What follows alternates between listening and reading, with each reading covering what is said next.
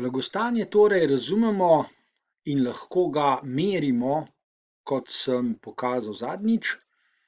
Danes nameravam spregovoriti o še enem načinu, kako lahko pridemo do vpogleda v blagostanje ne le posameznika, temveč mnogo širše.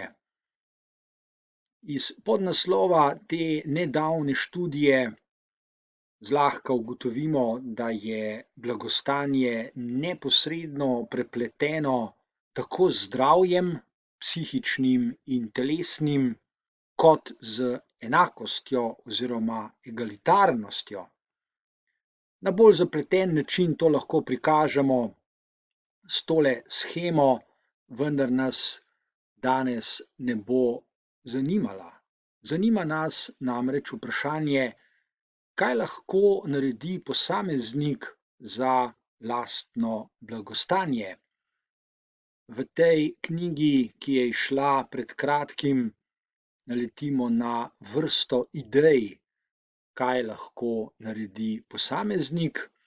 Shematično jih lahko prikažemo tako, da se sprehodimo skozi ravni ali področja, ki določajo človekovo blagostanje, tako od najpreprostejše temeljne ravni, ki jo imenujemo nevrobiologija sreče, napredujemo k drugim ravnem, kot so afektivna oziroma čustvena, kognitivna, metakognitivna, na kateri ugotavljamo, kako je človek zadovoljen s svojim življenjem, pa do duhovne osebnostne ravni, to je tista, o kateri je razmišljal Aristotel in jo imenoval evdaimonija, in seveda na najširši ravni govorimo o socialni ali družbeni evdaimoniji.